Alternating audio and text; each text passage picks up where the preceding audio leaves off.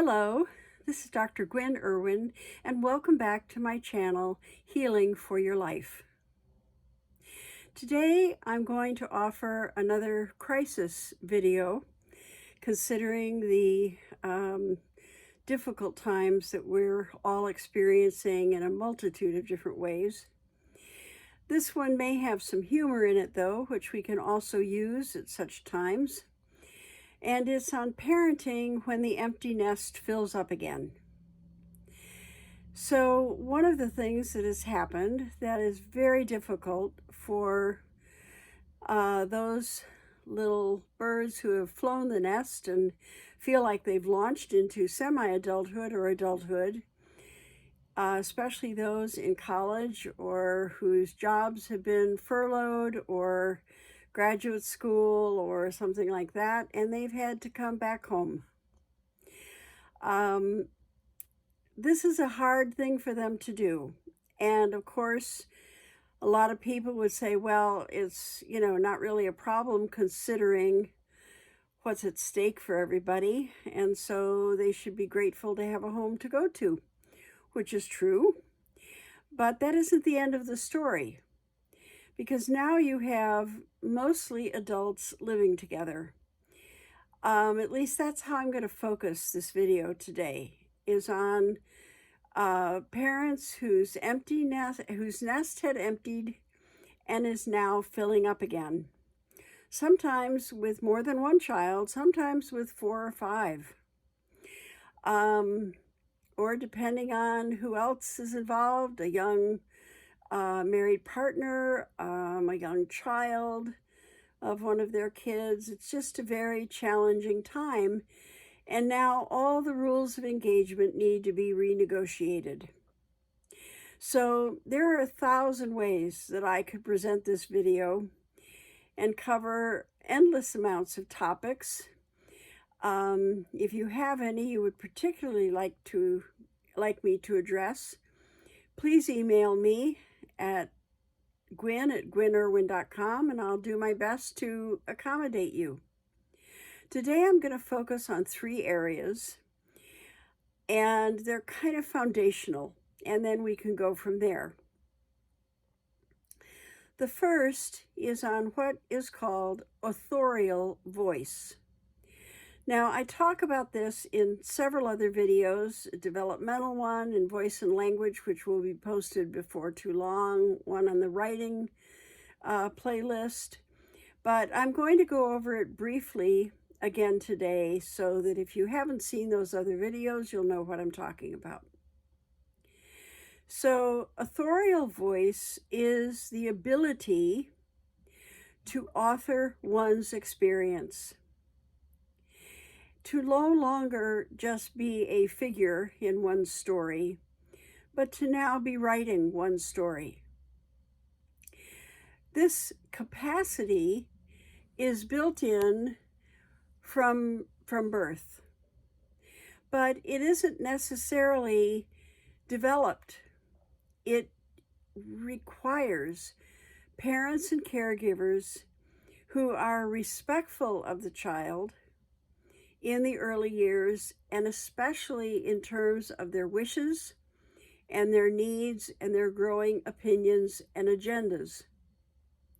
What are known as the terrible twos are really a time when a young child moves from babydom into having their own opinions and their own wants and their own needs, and when they don't get them, they are very frustrated. Now, I'm not saying, even by implication, that every need and wish and opinion of a child should be indulged. I don't feel that way at all. We have to protect them, keep them safe, not indulge them, but provide. And so if we can't say yes to something that they want, we can provide a healthy and safe alternative. So by the age of 3, we want to see this authorial voice fully in place. And it plays out in things like, would you like a fork or a spoon? Would you like an apple or a pear? What would you like to play today? What would you like for dessert tonight? What do you think about this? Or what do you think about that?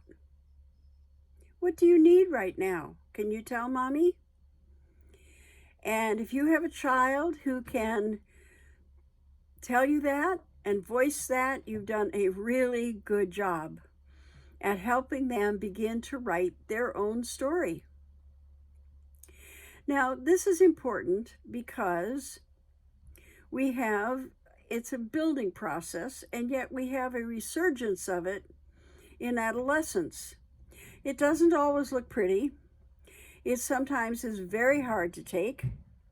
It can be especially difficult when a mid-teenager suddenly thinks they know all the answers and their parents are really dumb or really behind the times or really uninformed. I promise you, give them a few years and they will appreciate your wisdom. But they have to be in something of adult shoes, not adolescent shoes, to get there. So adolescence and young adulthood has some very particular, unique challenges. One is that every teenager and young adult needs to know how to plan, how to get from here to there or from A to Z, and author that for themselves. They also really need to be able to intervene with their impulses and not just act something out the minute they get an idea. And the third thing they need is to maintain focused attention. So when they have a plan and they've worked it out and they're able to intervene with their impulses, they're able to stay focused and execute the tasks to fulfill that process. Now, the glitch in this very nice story is that those three areas of behavior are mediated and controlled and regulated by our prefrontal cortex, which does not mature until the mid-20s, which is a good 10 years, half a decade past when they're really needed. That's why kids have parents, because parents provide those functions. Now, the kids don't like it very much, but they need it. And parents who are effective and provide good role modeling and are kind and have healthy boundaries and help their children have healthy boundaries and are supportive and creative will be able to help their children author their stories, help them plan how to get from A to Z, help them have the built-in parameters that have been established over years to not act out their impulses. No, it's not a good idea to jump off that bridge at 3 a.m, even though all your friends are goading you into it. And how to maintain focus. How to maintain focus to get those college applications done. How to fill out a job application. How to study for finals. How to clean up their room.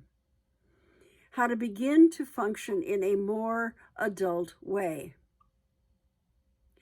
So because the prefrontal cortex does not mature, that doesn't mean it doesn't have a certain amount of these capacities, but it doesn't fully develop until mid-20s. And guys, you won't want to hear this, but girls mature faster than boys. And so their prefrontal cortexes work a little better and a little sooner than males.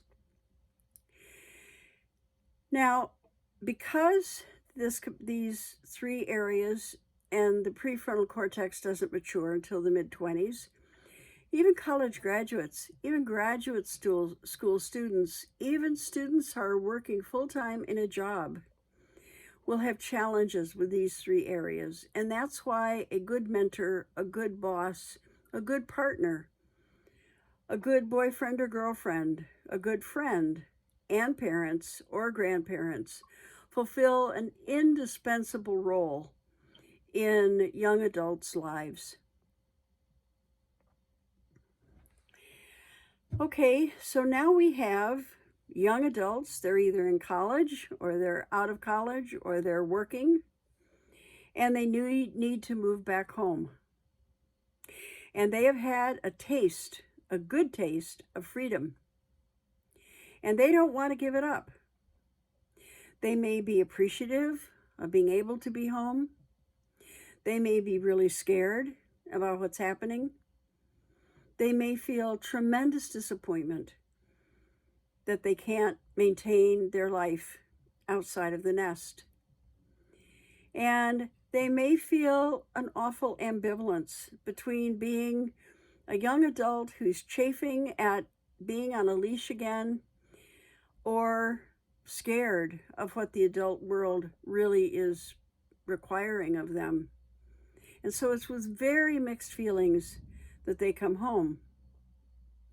Now, parents have a similar mix of feelings because maybe they grieved a lot, especially when the last of their little birds left the nest, or the first, or the middle.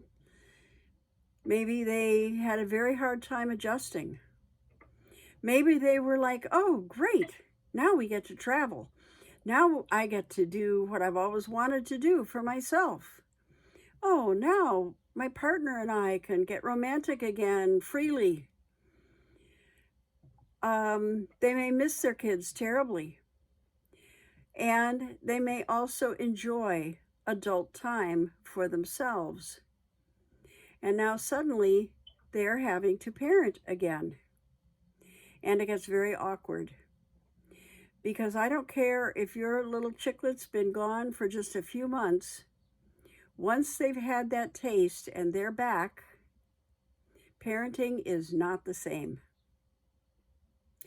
So what do we do then with everyone's authorial voice? Because if you've done a good job, then everybody's authorial voice is in place.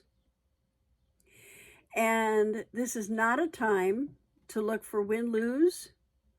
This is not a time to engage in power struggles. This is a time for negotiation, cooperation, and collaboration. Now, a lot of parents go by the rules of this is my house, you're going to live by my rules, or you can leave. Or, this is my house, I want you to pay attention to my rules, but I'm willing to listen to what you'd like. Or parents come and say, let's just try to enjoy this time together. It'll be here for a while, and then it probably won't ever come again. So let's see what we can make of it. Let's play board games. Let's cook together. Let's learn new skills. Let's learn a foreign language. Let's, FaceTime and Zoom and, have dinner parties and all kinds of things. Enjoy this time together. Make it rich. Make it varied. Make it full of novelty. Make it full of fun.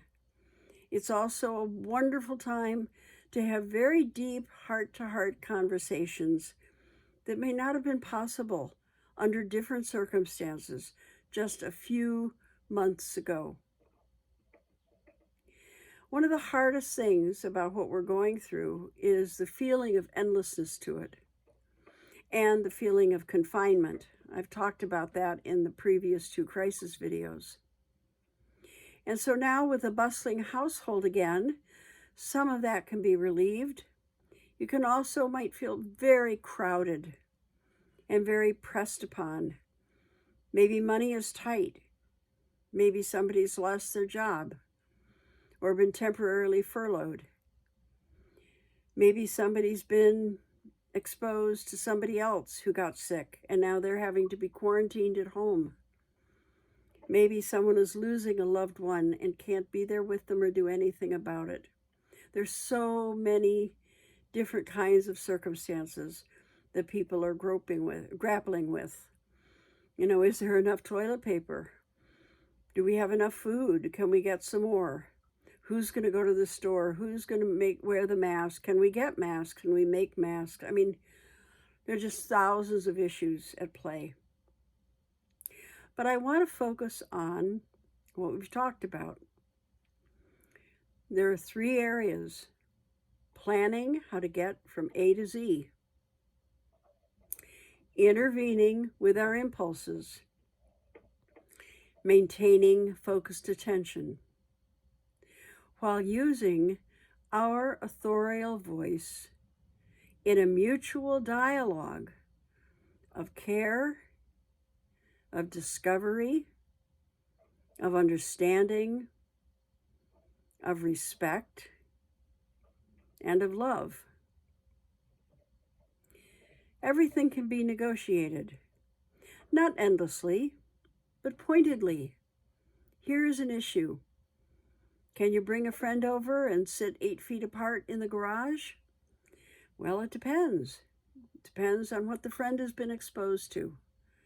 It depends on if the garage door is wide open. What if they need to use the bathroom? Issues like that. Can we go for a walk? Can we walk 6 feet apart? Can we, even if we can't go to the beach or a park, can we take a hike and be separate while together? And can everybody rearrange the house to create workspaces? So if mom and dad are suddenly working from home and kids need to Zoom classes at school and have a private place to do their homework and go to online classes on their computer, you know, the house doesn't have to look entertainment ready. It needs to be functional. So create a space for everyone to do their work and to play. And then negotiate each area that comes up. How do we get from A to Z? What part is each person going to play? And I have an impulse right now, just want to go out for a run. Is that really a good idea? It's pouring rain. And that's no different than being 3 and wanting to go splash in mud puddles. But it's lightning. Can't go. What can you do instead? And how do you maintain focused attention when everybody's having a little bit of brain fog? And what day is it? And what time is it? And oh my God, another day of this. How can we make things interesting? We make them interesting with variety and novelty. So I don't have all the answers for you, but I do have a process for you, which is for each person to use their authorial voice to negotiate and cooperate and collaborate. And if there are areas that are absolutely indisputable and non-negotiable on anybody's part, mom, dad, kids, grandkids, you have to talk about those too. And you set up your boundaries and you set up your parameters and you choose maybe 2 or 3 of those for each person. First of all, post them so everybody can remember what they are. Be mutually respectful unless they feel completely impractical or unfair or unmanageable, and then renegotiate them. But carve those out too and take good care of each other in the process. This is not a sprint. We're in a marathon. We're in a societal health crisis marathon, and it's not going to be over anytime soon. So I hope these ideas are helpful. And again, if you have others, let me know. I'm happy to talk about them. And I wish each and every one of you health and well-being. Bye for now. Thanks for being with me.